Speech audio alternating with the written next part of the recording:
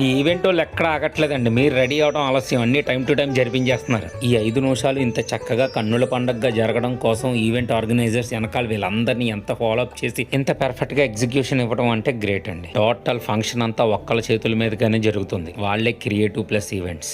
ఇంక ఇది function hall లోపల నుంచి స్టేజ్ మీద వరకు వచ్చే రెండో గ్రాండ్ ఎంట్రన్స్. ఒక పక్క ఫాగ్, చెమ్కీల వర్షం, మరో పక్క బంధువులందరూ సంబరాల్లో మునిగిపోవడం, ఇటు పక్క డాన్సర్ చెప్తున్న స్టెప్పులు, అందరినీ లైన్ లో పెడుతున్న యాంకరు, అదే కాక ముఖ్యంగా మన ఫోటోగ్రాఫర్లు అండ్ వీడియోగ్రాఫర్లు.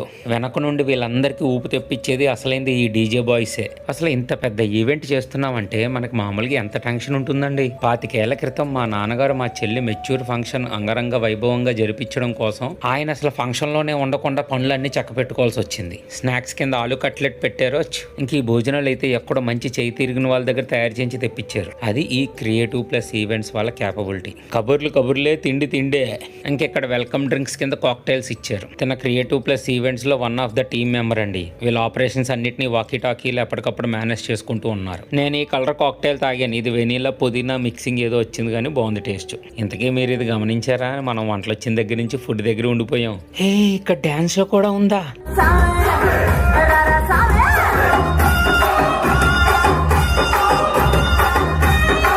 ఇంకా చాలులే, మళ్ళీ దిష్టి తగులుతుంది తనకి.